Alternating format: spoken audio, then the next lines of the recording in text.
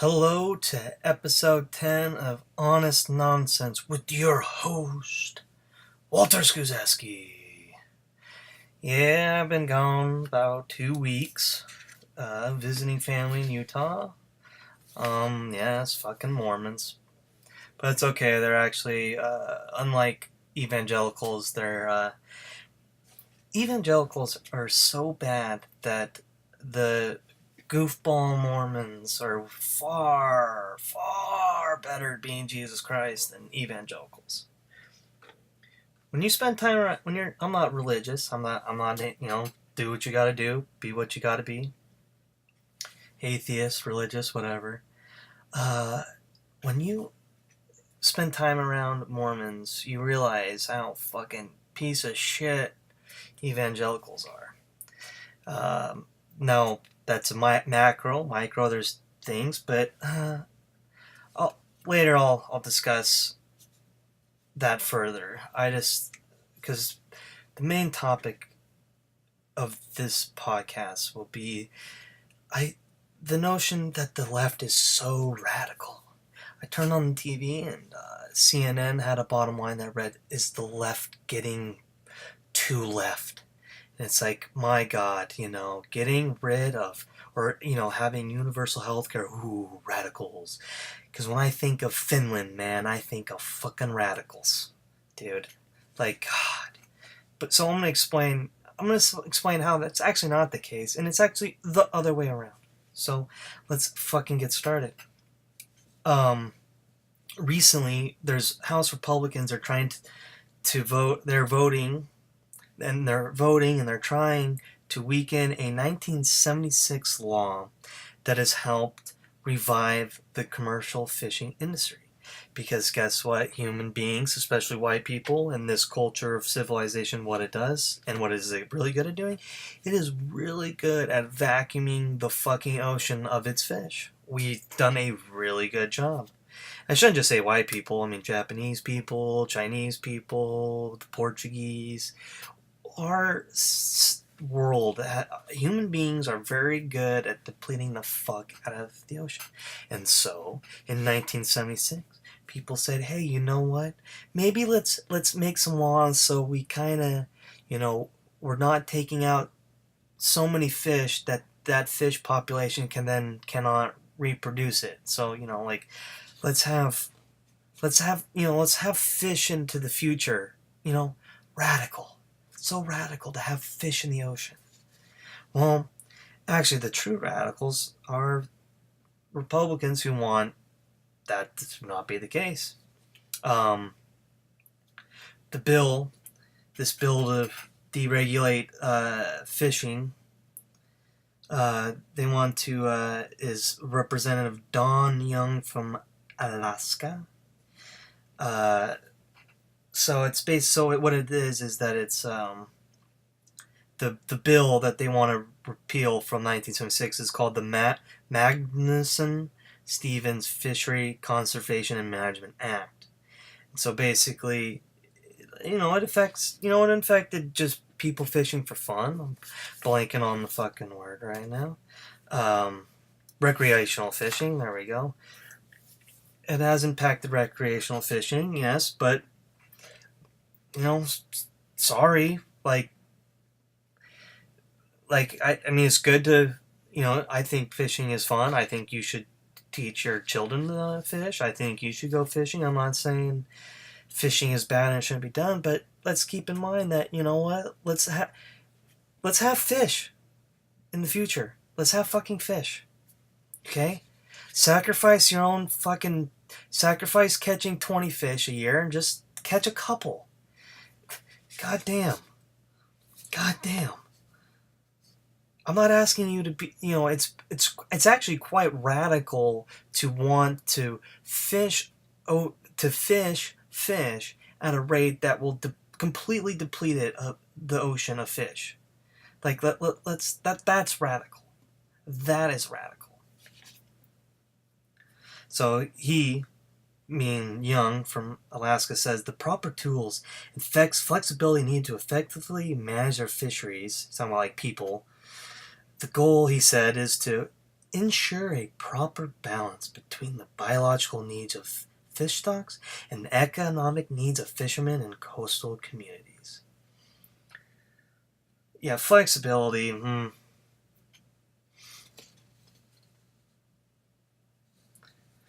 another guy, Mike Leonard, the conservation director at the American Sports Fishing Association, said, "We need to recognize the system, while it's been working by and large pretty darn well for commercial fisheries, there are some significant challenges for recreational fisheries that we need to come to grips with." Yeah, we're choosing commercial fishing because that's people's livelihoods. Recreational fishing is for fun. So sorry. And I like how he said that it's been working. Hey, you know what? You know that thing that's been working really well, Tom? Yeah. Yep. Get rid of it. Get rid of it. Get rid of that thing that works well. Now that's a recreational point of view. The commercial fishers warn such a move could devastate the fisheries on which they rely because with modern fishing technology, like you as a recreational fisher, you can catch more, you can catch far more fish, and pretty much, I mean, there's boats that are like there are many modest sized boats are seaworthy. So like, and then in October, more than 200 scientists from across the country had signed a letter urging members of Congress to oppose Young's bill. They said that it would unwind science-based conservation of U.S. marine fish populations, and that removing catch limits will hurt our fisheries, our oceans, and the U.S. economy. Now, for me personally, I care more about the fisheries and the ocean than the economy, because the economy is based on you doing all the work and making none of the money, and the rich doing none of the work and making all the money. So, fuck that. You know what? I'm sorry, but, you know, I prefer to have life. I prefer there to be more life on this planet than less. Call me hippie, call me whatever, I don't care. It'd be nice to go scuba diving or something and there'd be fish in the ocean. I mean, it'd be pretty. I mean, you want to be a part of the like, you want to be that animal that just gets rid of everything and anything. Like, come on. But all right, so let's look a little bit deeper into this. The National Oceanic and Atmospheric Administration (NOAA), conducting stats from 2015 Fishery Economics of the United States report, show that recreational fishing in that year brought in $36.8 billion, $08 billion to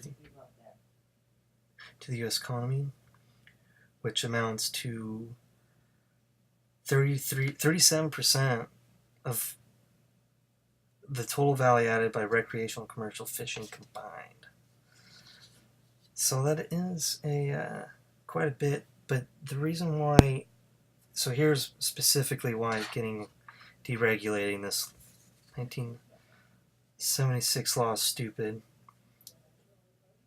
is that as of 2018, 44 different fish stocks have successfully been rebuilt to a healthy population levels following historic overfishing. So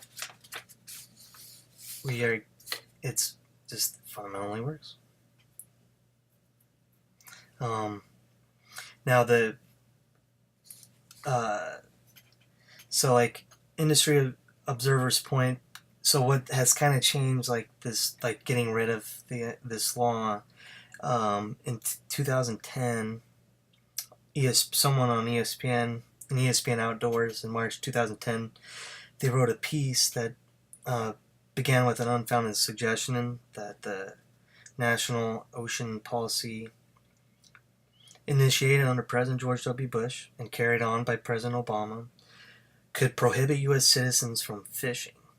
Now, even though the ESPN editor issued a prompt clarification that the story included several errors and in the editing and presentation, it still alarmed people, and so some members of the recreational fishing lobby started freaking out, because there's been a rise in recreational fishing lobbying in Washington, one such group, the Recreational Fishing Alliance.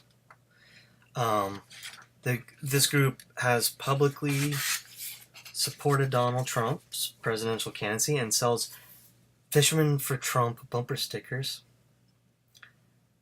They have taken an active role in the regulatory decisions. The organization trumpets inflammatory rhetoric on its website, insinuating that there's a, quote, national conspiracy by environmentalists to deny your right to fish. No. Actually, environmentalists, like a Derek Jensen specifically, I'm thinking of, would probably say, like fishing gets subsidies, commercial fishing gets subsidies at probably a rate more than what they make in profits. You know what? I'm fine with that. Hey, you know what? We'll pay you a subsidy, commercial fishermen, to just go and sit on your fucking couch. I'll pay you to not go and depopulate the ocean. The group's founder, Jim Donofrio, wonders how any angler could pimp out their friends in exchange for privatization schemes. Yep, they've been, and so this group, once Trump won, they've been working with his administration to ease restrictions. Whereas there's other recreational organizations like the American Fly Fishing Trade Association and the Marine Fish Conservation Network, or you would call the Abundance Camp, where they travel across the country, educating local fishing clubs about how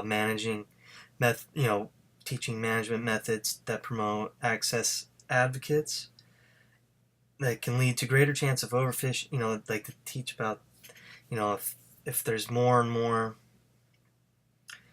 that the methods promoted by the access, the ones that want to deregulate it, they're called the access advocates, and the conservation people go around teaching how the access advocates that their ideas will lead to a greater chance of overfishing and risk the long-term health of national fisheries. It's pretty common sense. If you allow more people to catch more fish, that will mean less fish to be caught in the future. It's not,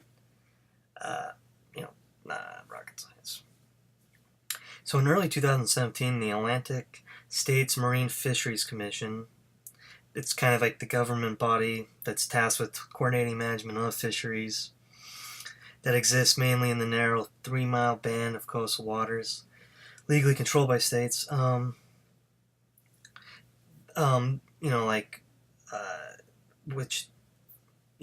12 states,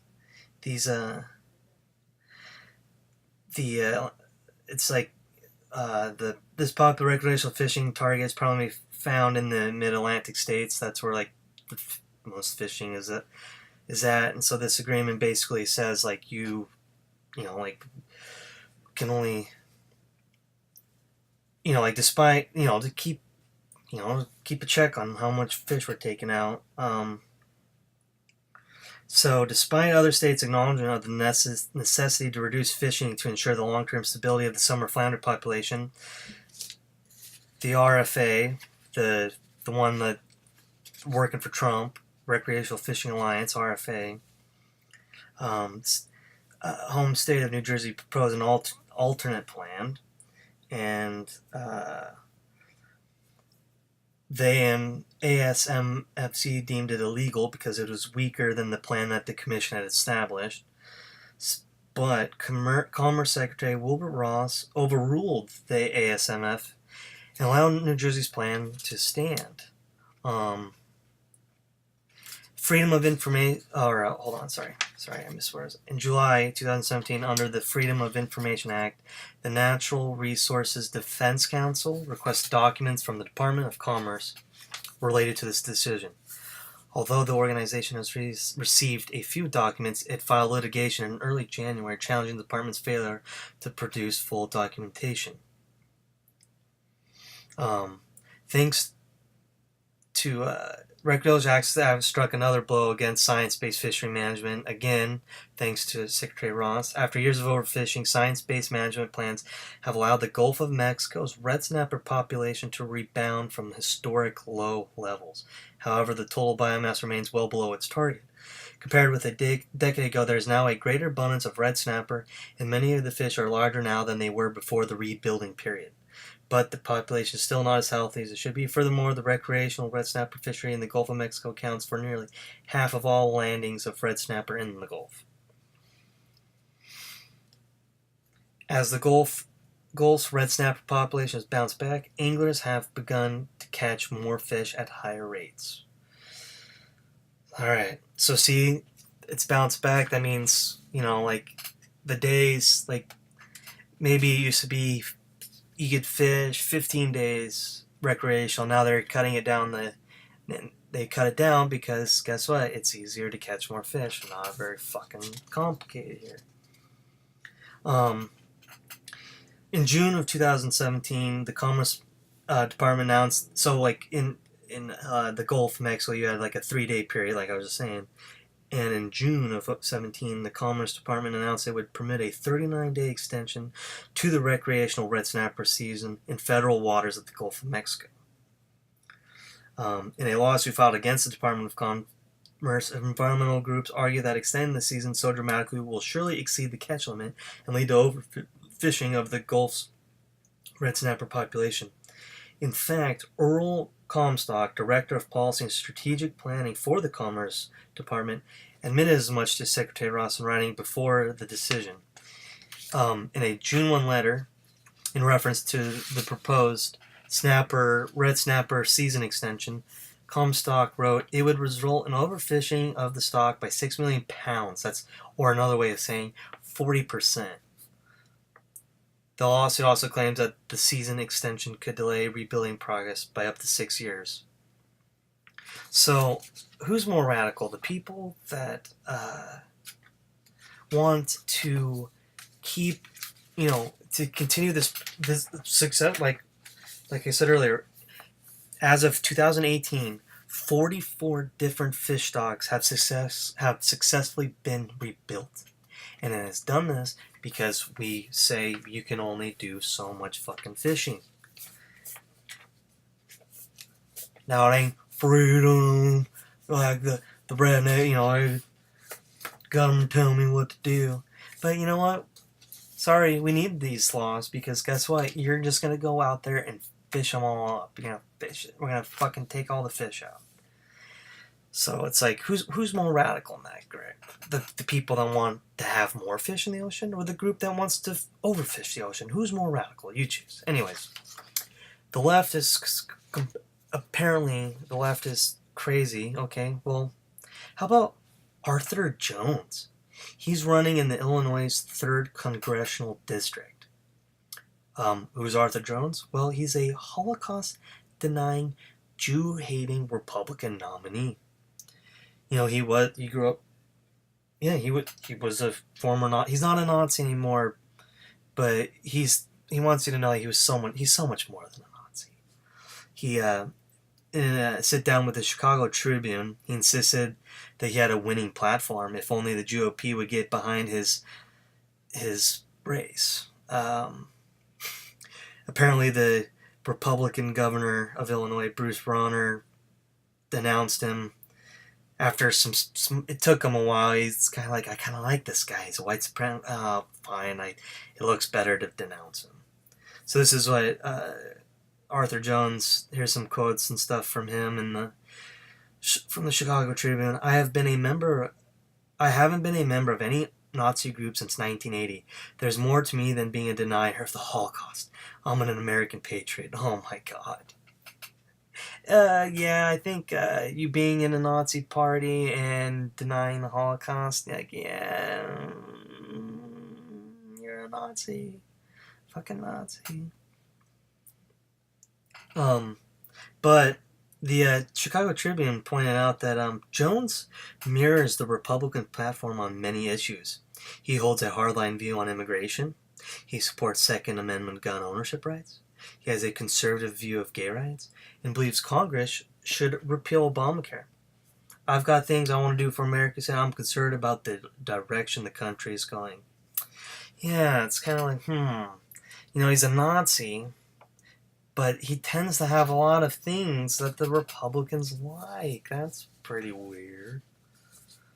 That is weird. Now, he is, I think, there's a picture of him like some socialist name for the Socialist Party or whatever bullshit, but, you know, it's just a word.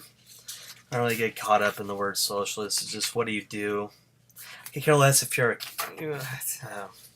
fuck... honestly, fuck capitalism, communism, and socialism, but those are the only three things we... and then, obviously, fascism, too. So I guess that's four things. Fucking Jesus Christ. Let's come up with something new. Let's go. Let's get some new economic idea that isn't fucking those four goddamn things. So speaking of radicalism, probably one of the people that has radicalized me the most is Kirstjen Nielsen, the freaking Secretary of Homeland Security Secretary. She is a part of the separating of kids, of putting these people in detention centers, and then she goes out and eats Mexican food. Like, the audacity and the gall of that is just disgusting. But, so, previously, she used to say that she was unsure of whether the Russians were hacking the DNC and stuff like that. She was unsure of it, but just in May. But apparently, well, yep, the Russians did interfere. She goes to say, let me be clear, our intelligence community, I don't know why I'm talking like Sarah Palin or Betsy DeVos, that's just my conservative chick voice, or Ben Shapiro, pick your choose. Our intelligence community had it right. It was the Russians. Now I'm a cowboy. I'm fucking Jesus. We know that. They know that. It was directed from the highest levels, and we cannot and will not allow it to happen again. Although no actual votes were changed in 2016, said Nielsen, any attempt to interfere in our election is a direct attack on our democracy. It is unacceptable, and it will not be tolerated. Mark my words, America will not tolerate this meddling. A Category 5 hurricane has been forecast, and now we must prepare.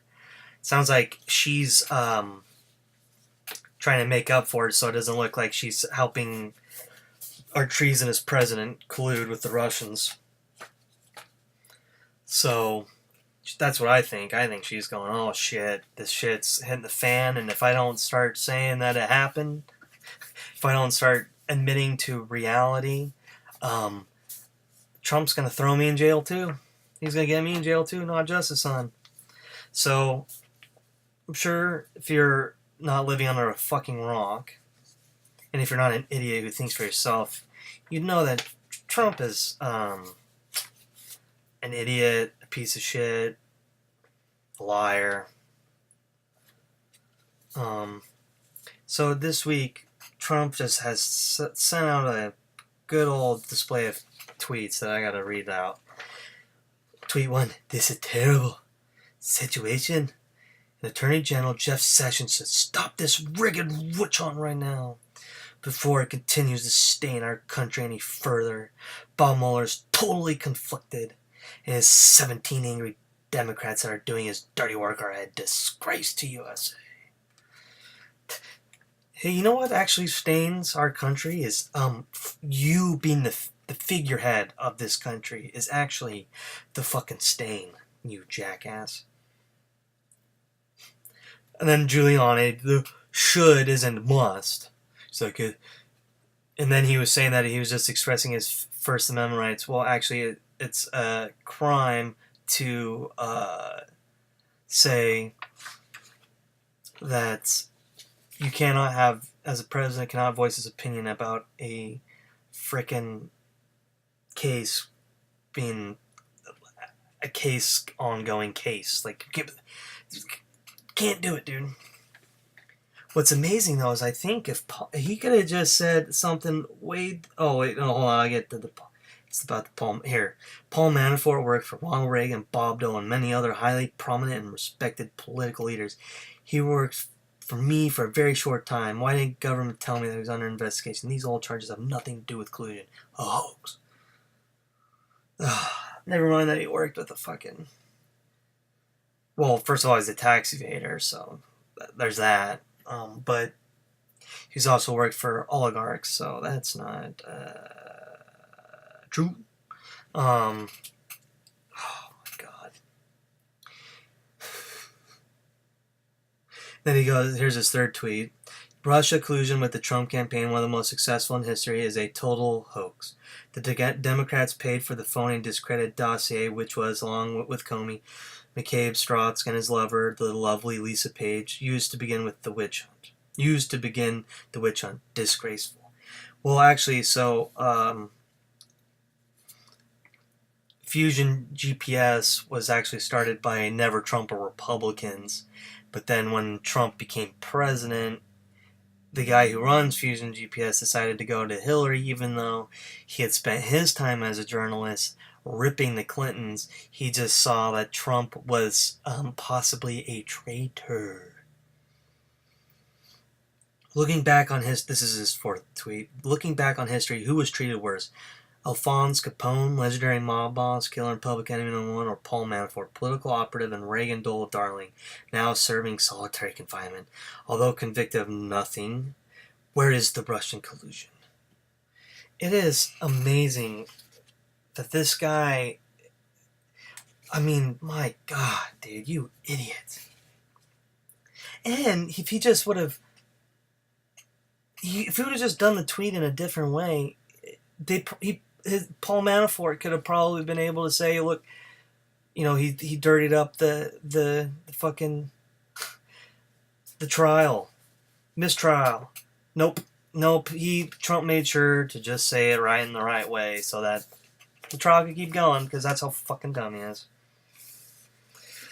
But you know what? He can get away with his just insane fucking Twitter rampages and his just dumbass ranting because he's his base does not believe in reality, and here's why. He was in Tampa, where he was doing a rally, because that's the only thing really Trump is good at doing, is doing rallies and taking pictures like he's actually making deals with North Korea. But other than, so, you know, people there at the rally, aside from heckling CNN's Jim Acosta, there was a lot of people. One QAnon believer shouted at Acosta, "Ask Trump about Q. Ask Trump about Q." So there was a lot of people, for some reason, at this rally where they were doing the QAnon, where they had posters and stuff about QAnon. And this conspiracy theory, which supposes that President Trump, he is secretly undoing a global satanic pedophile ring with the help of special counsel Robert Mueller, and ordering a top-level staffer to share information about the efforts via cryptic posts on the anonymous image board 8chan. Currently captivates hundreds of thousands of right-wing activists online. Some spend hours a day in chat rooms dedicated to decoding the clues that any anonymous writer using the moniker Q posts online. So basically, some fucking person's just posting shit online, probably just to fuck with these people, and these people think that this guy's working within the deep state to help Donald Trump. Donald Trump and him are literally undoing a global satanic pedophile ring. I mean, it's insane. So up and with the help of Robert Mueller, up is down, down is this fucking Jesus Christ. So here's some other QAnon theories. It involves everything from banking conspiracies to claims of satanic abuse and supposed child sex trafficking by Democratic lawmakers and public figures. You know, but this means that smaller theories can be adopted into the fold as offshoots. Over the last few months, in Arizona, a group called Veterans on Patrol has been investigating what they claim is an abandoned child sex camp tied to QAnon, and have been harassing public officials who say that those claims are bogus.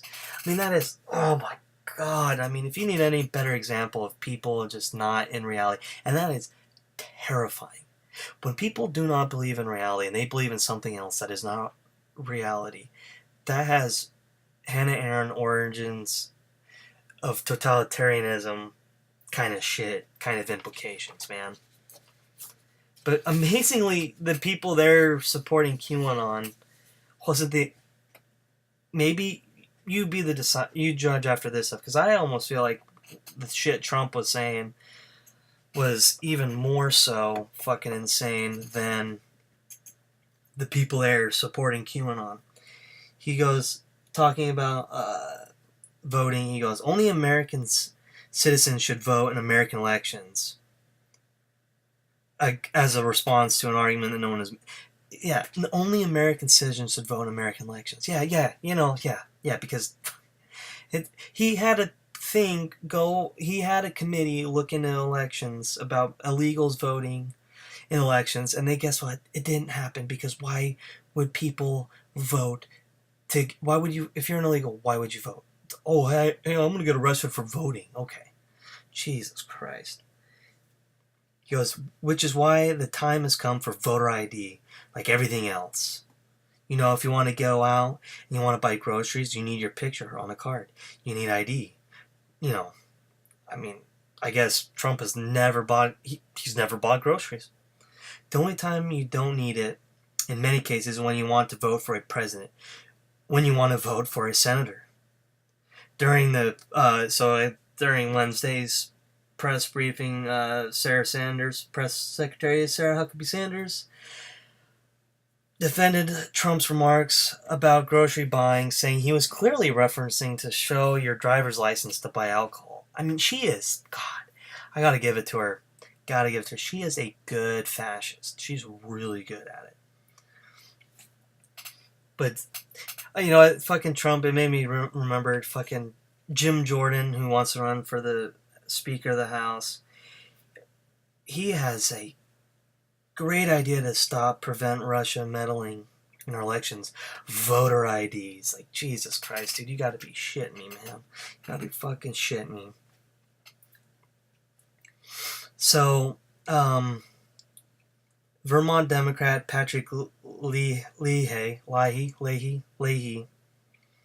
he put forward an amendment that the Republican-controlled Senate rejected, which would have provided $250 million to states in order to reinforce their election security efforts ahead of November. Just one Republican, outgoing Tennessee Senator Bob Coker, voted for the amendment. So, apparently the left is going radical, even though one side doesn't even give a shit that our fucking democracy is getting hacked.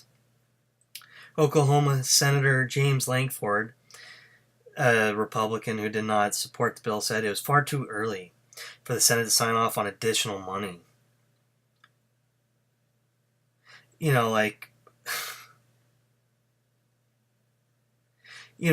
As this article points out, it's kind of funny that his party went full steam ahead on defranchising voters despite having no proof whatsoever that voter fraud is a widespread issue worthy of a response that makes it harder for poor people to vote. So that's the thing about Republicans, is they do not care about democracy, and their actions prove it. They don't care that Russia meddled, and then they want to have voter IDs that will impact the elderly and the poor from voting. They don't want poor people to vote. They want to get rid of the Civil Rights Act so black people can't vote. That's what this fucking party is. The Republican Party is an anti-democratic party. It is an oligarch, master's slave party. But the left is the fucking radicals. Jesus. It's fucking crazy. Nope. The left. It's the left. The left's the radicals. Even though they want their vote to actually count, those fucking little bastard radicals.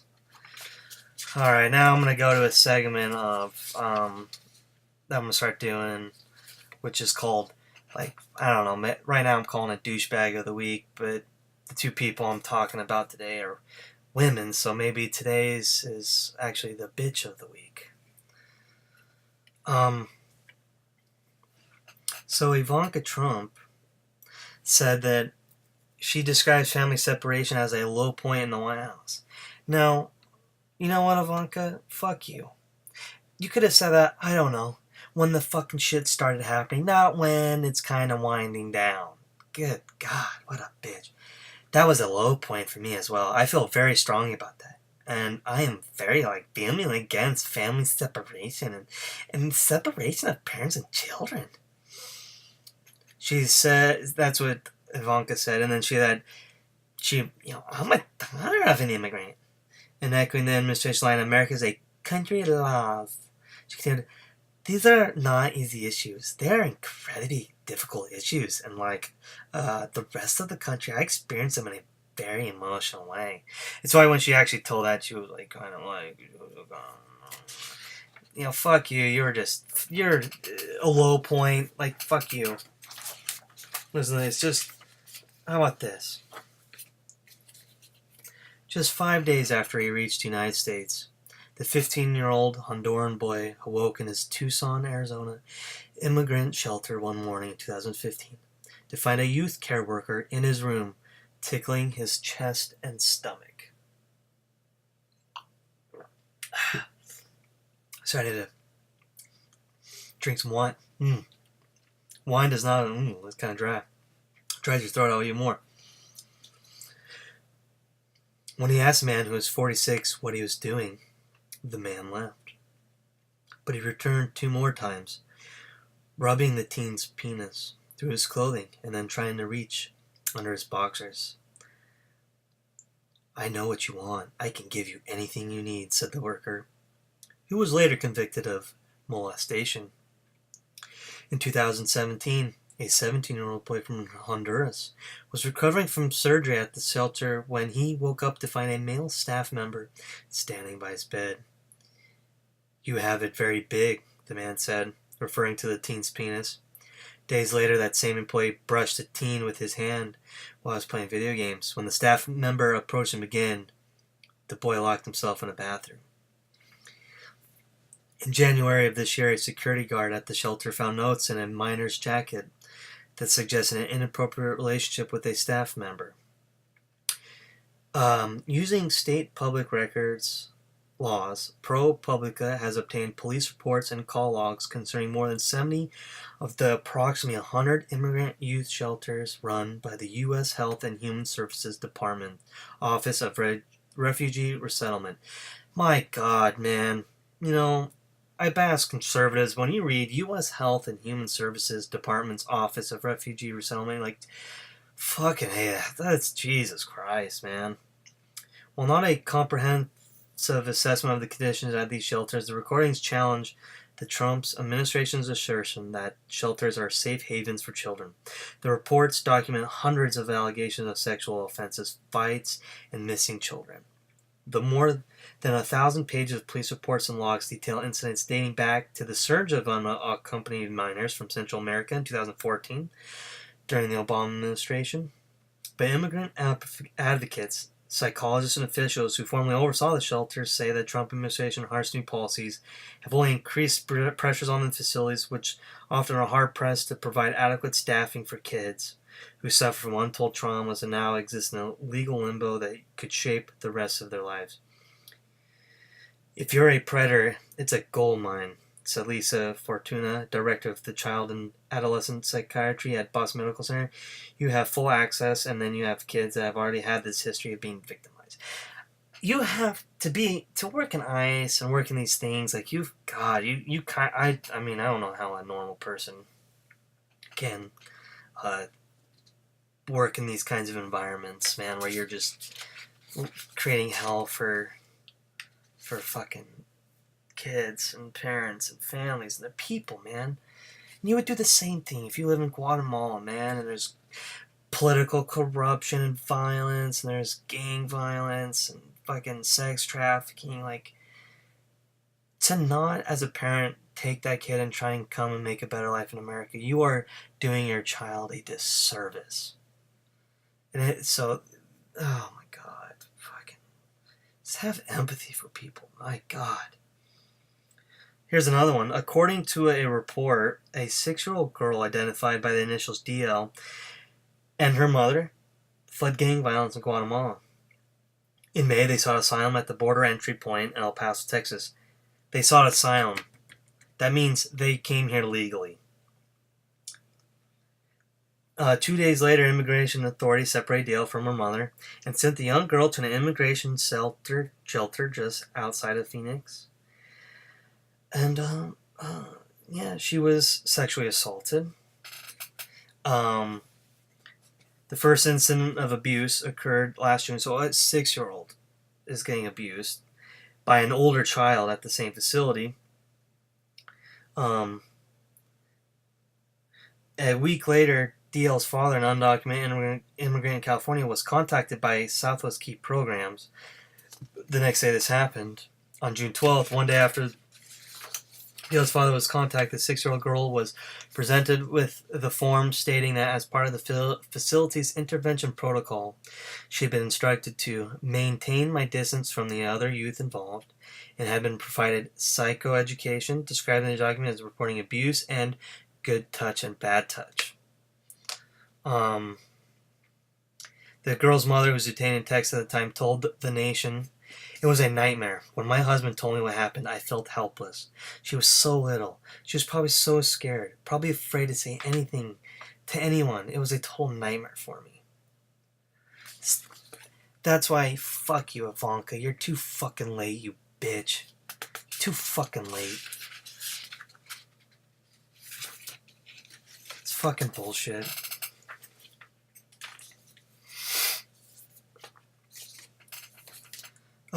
Like you're late, and it's you can't just say some cliche like it's a low point. You're a bitch. Your dad's a cunt. Here's the other douchebag of the week, fucking Dana Loesch. Man, when you look in Dana Loesch, she's the spokeswoman for the NRA. When you look in her eyes, you're just staring at dead demon eyes. So she said, this is a rightwingwatch.org title of an article. NRA's Dana Loesch says Sessions should fire anti-Christian bigots at the DOJ. Well, actually, what about anti-atheist Christians in the DOJ? The religious rights praise for Attorney General Jeff Sessions' new religious liberty task force at the Department of Justice this week included an appearance by Family Research Council's Tony Perkins on NRA TV with Dana Loesch.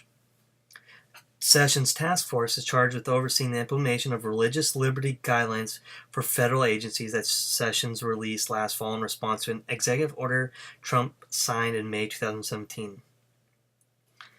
Anti-Christian bigotry has existed in the Department of Justice, said Loesch, questioning the need for a task force to make sure that the Justice Department employees are doing their jobs. Why don't we just fire them? I don't really want a religious bigot in a place where they can affect everyone's life. Need a task force to make them do their job. So actually, that's why people don't like fucking Jeff Sessions, because he's a fucking bigot. Perkins praised the task force as another action the administration has taken to fulfill Trump's promises. He called it a massive cleanup that he says necessary because of the Obama administration's non-stop attacks on religious freedom. Tony Perkins gets, to make a douchebag of the week, you kind of need a guy. Tony Perkins, you know what? You get to be in there. Family Research Council's Tony Perkins, you get to be the douchebag of the week, too. There's no attack on your religious freedom unless you're a fucking Muslim. Being a Muslim, well, guess what? You know what? Actually, be an atheist, because guess what? You can't be an atheist and run for presidency. It's a killer. You won't make it. So, you know what? Fuck you guys. Atheists have way better grounds to bitch about whether they're being fucked with or not. Perkins said that the left is adamant against the First Freedom, meaning the First Amendment's religious freedom protections, which is insane. But see, that's the thing, is that, like I was just saying, Perkins says the left is adamant against the First Freedom. Well, guess what? Actually, our actions is the opposite, and actually the right is making it harder for people to vote. So actually, it's like the thief thinks that everybody else is a thief. The evil, anti-democratic authoritarian thinks that the other side is an evil, anti-democratic authoritarian. So, in conclusion, like, I'm sorry, but the right is the right is the radical ones. The right wants oligarchs to run the world. The right wants to oppress gay people, to oppress women, to oppress minorities. The right wants to destroy the environment, to destroy our planet, even though scientists are saying we are fucking destroying the ability to survive on this planet. The right wants to continue going down that path. The right doesn't want, oh, universal healthcare is so fucking radical. Yeah, in Kentucky they want to pass laws that to get on Medicaid you have to be trying to get work. But what if you're someone who's physically disabled and you will never get hired for a job? That means you will have no access to healthcare. That means you will die. That is radical. Having a healthcare plan that kills people. Instead of having a healthcare plan that, oh, we gotta spend money and the debt. Oh, wow. Oh, even though actually it's okay to have government debt as long as it doesn't get too out of control. And healthcare debt is already fucking with us anyway, so it'd be better. So in conclusion, the left is not radical at all. I mean, Alexandria Ocasio-Cortez and Bernie Sanders, you know what? They're not fucking. This isn't Catalonia before the Spanish Civil War. The right is the fucking crazy ones with QAnon, with Trump, with not caring about election meddling, making it harder to vote, environmental degradation, terrorizing immigrants. You, on the right, are the radical ones.